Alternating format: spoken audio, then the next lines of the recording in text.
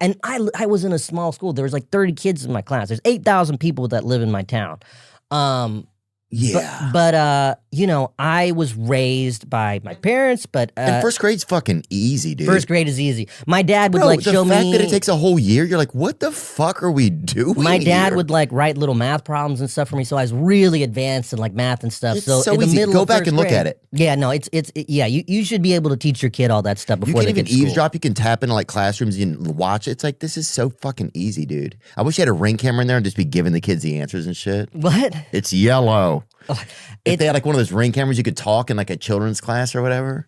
I mean, back then, no Ring camera. Just had my dad teaching me stuff. So by the time I was like halfway through first grade, they called my parents. They're like, you got to get him out of here. He's got to go up to second grade. And so I went to second grade, and that was like this big story in the school that some kid had skipped a grade. Yeah, it's like when LeBron left Miami. It was exactly like LeBron. I was like LeBron with like very elementary math problems. Yeah, LeBron. Yes, exactly. And but you know, when I was thinking back about my childhood and talking to my parents, and you know, there was these two ladies that took care of us. First off, I was talking to my mom, and she was talking about how when she came to South Carolina, my dad had been in America. He was in New Jersey doing his residency. Then he went back to India, married my mom, and then they came to South Carolina where my dad moved because he applied for these jobs all over the country. And in South Carolina, they didn't have a lot of the doctor he was. He was a gastroenterologist. So then they moved to South Carolina. My mom comes to South Carolina. This woman's never left India like this. Fuck, that's crazy. She's in Bennettsville, South Carolina. Not like, oh, you're in New York City. No, Bennettsville, South Carolina. And my dad brings her home, and then he has to go to work. And I asked my mom, I was like, you know, what was that day like? And she was like, and I put this in my show. She said, oh, I just sat on the couch and I cried. And I was like, oh my God, it's so dark. It's like so much braver than I could be, you know? I mean, there's no FaceTime, none of that. You're really alone. It was hard to cable television. Yeah, but I'm talking about like to have a connection with your family or anything. There's no way to communicate. Right. You're just praying and like lighting candles and putting those oranges in that little thing. There's no, even like making a long distance call was a different thing back then. Yeah, it was like $11. Yeah, it was not the way it is now where you could, you know, so she was really alone, but she used to go and do laundry all the time to just be around other people. Yeah. And there was some lady there, an older white lady that recognized that, you know, saw her with me. And became friendly with her, and they called her Grandma. I don't know the woman's real name actually. And I called her Grandma, and she would take care of me and like kind of looked out for our family. And she eventually, I think she moved or something or whatever, but she couldn't take care of us anymore. And this woman, who we called Nana, is what her grandkids called her.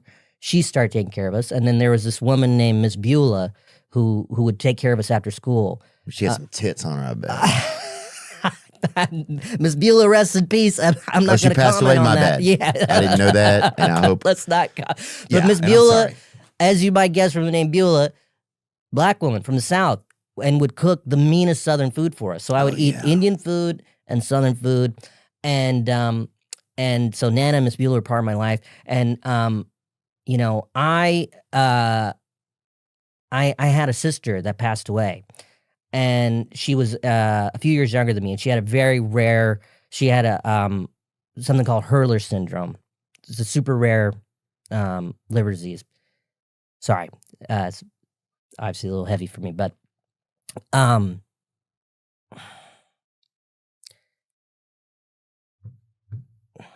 so she passed away. What's her name? Her name is Nafis. Nafis. That's a pretty name, huh? Yeah. And she passed away. And Nana passed away a few years ago when I was in college. It was a while ago now. And, you know, I didn't get a chance to... Miss Beulah, I got to say a proper goodbye to. I went and saw her when she was staying in a retirement home. Nana, I didn't have that same moment. I was in college, and it wasn't the same kind of thing where I had that opportunity to say bye. But my mom had told me that she went to go see, visit my sister at the cemetery. And you know, my sister's buried in South Carolina in Bennettsville. Mm. And, that is a tricky thing because my family's from a Muslim background and they were asking the cemetery, can we do the things we do for our culture? And the cemetery was like, yeah, of course, whatever you need to do, which is just so cool to me that they were open to that, and the whole community, were visiting our family and everything. And I remember even like a priest came by to just, even though we were a different religion, he came and like wanted to talk to us and stuff, and everyone was just so kind about it. And my mom told me that she went to go see my sister at the cemetery, and she said, oh, and we saw Nana too. I was like, what do you mean? She's like, well, Nana's buried right next to her. No. And I like melted as a human because I did not know that. Mm. And to me, like, I heard that and I was like, wow, like, I was saying all this stuff about crazy this country is and how crazy it feels right now. But that story, that doesn't happen anywhere else in the world, man. Like those two people, my sister and this woman that Nana, befriended you guys. Yeah. Have that close a bond where she's like, I want to be buried next to her. I mean, it was. Wow. I did not know that, and I heard that, and I was like, I don't know why it popped in my head, but I'm so glad it did, and then I got to share that with you because I heard that story, and I was like, man, people need to hear that story because it's not the story people want to tell. Oh, it's not the story that the media wants to tell. It's not a story that. It's a story that doesn't really get the clicks. But it's the story that's probably, it's the truth that most people, that the human part of us is what makes us special. And that's the part that we should all try and lean into the most, is that we're this special thing that can care about each other, Yeah. I mean, the fact that these people saw my parents and tried to forge this bond with them. And I mean, I hope we're still a place where that kind of stuff can happen. I think it happens a lot. I think you're just right. I think it's not it's not the news, but I think it is more common probably than we think. Thanks for sharing that, dude. It is an important story. That's a great story. Oof. Sorry. Did your sister have it the whole time when she was growing up, when she was from birth?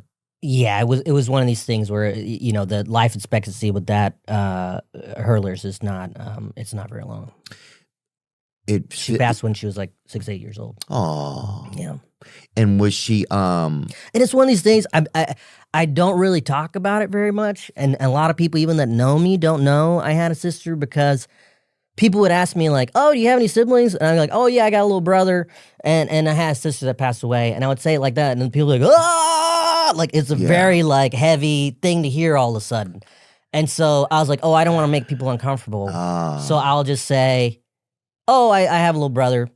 And then they'll be like, "What's you guys' gap?" "Oh, he's 7 years younger." "Wow, it's a big gap." "Yeah, I'm gonna not go down this thing because I don't want to bum everybody out because we're all just hanging out at Chick-fil-A right now." Sitting there tapping her foot like, "What are we doing here?"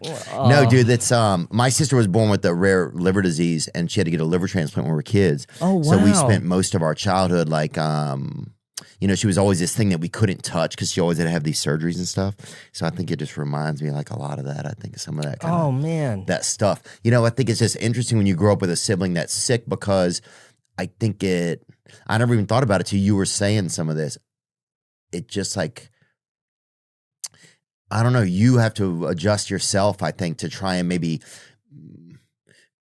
like my sister got most of the care, right? But she needed most of it. Mm-hmm. So it was weird. So there were times where I'd be like, I don't, later on in life, I'd be like, oh, I didn't get this care. But it was like, I didn't need it the most, What was you guys' age difference? 2 years. And she's still alive. She ended up getting a liver transplant. She got one of the first liver transplants in, we moved to Arizona. She got it out there. But that's incredible. But it was just this whole time when she was a kid, she was always being flown off to these places and they sounded magical, like Rochester, Minnesota, just different places where there's these big hospitals. And she'd come back like this, like almost like this Build-A-Bear that somebody done a shitty job with. You know what I'm